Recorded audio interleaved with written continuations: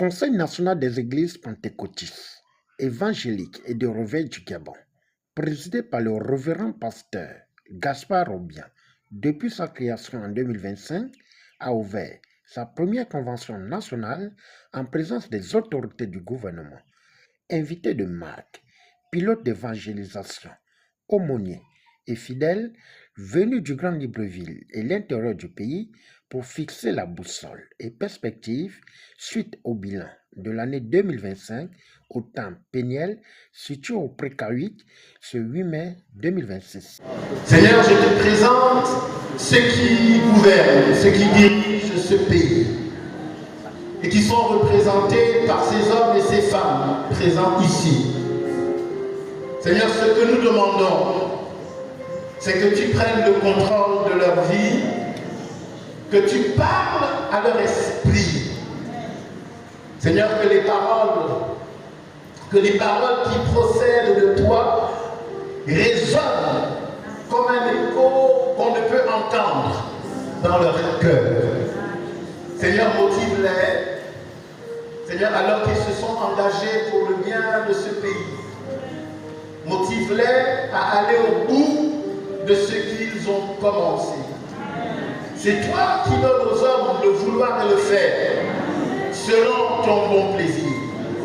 Donne-leur le vouloir, et Seigneur, donne-leur aussi le faire. Je tiens à rappeler que désormais dans notre pays, nous avons 4 grandes communautés.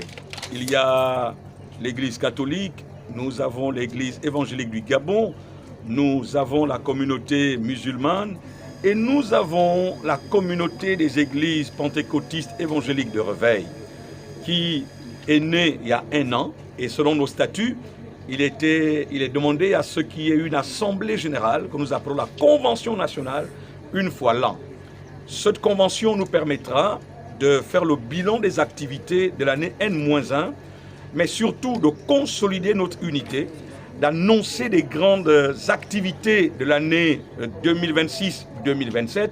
Les travaux vont démarrer avec tous les délégués qui viennent des provinces, des fédérations, des confédérations, des associations, des aumôneries, des pastorales, pour nous permettre ensemble d'avoir un même plan d'action pour l'intérêt de notre pays.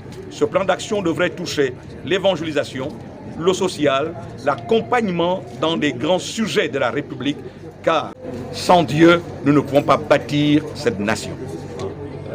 Chaque année, nous devons tenir une convention nationale. Et au cours de la convention nationale, on fait le bilan de l'exercice qui vient de se dérouler. Et une convention nationale nous permet aussi d'amender les statuts et de se fixer des objectifs à atteindre. Voilà le but donc de la tenue de cette première convention nationale de 2026. Bon, moi je suis le patriarche. J'aimerais vous dire que je suis né d'un père pasteur et j'ai grandi dans la mission et Dieu m'a gardé. Bon, j'ai passé un temps dans la banque, j'ai servi la nation, après j'ai démissionné en 1991 pour devenir pasteur à plein temps. Donc Dieu voulait que je sois là pour encourager l'Église à réformer les choses. Et c'est ainsi que, avec l'aide de mes collègues, nous avons pu mettre une structure, les premières structures. Nous nous sommes battus dans ce pays pour être reconnus et nous bénissons Dieu pour l'avènement du CNEPER, qui est donc le Conseil national des églises pentecôtistes, charismatiques et de réveil. Cette structure fait en sorte que maintenant nous ayons un conseil qui soit l'interface des pouvoirs publics. Après des allocutions, chants de grâce, prières à la nation, réengagement à la foi envers Jésus-Christ et le témoignage que la première journée d'ouverture de la Grande Assemblée Générale a fait place aux travaux de commission à l'Église, le Grand Torrent du Charbonnage, qui produiront des recommandations lors de la clôture le 10 mai 2026 au temple Péniel du doyen Jules Ngwa.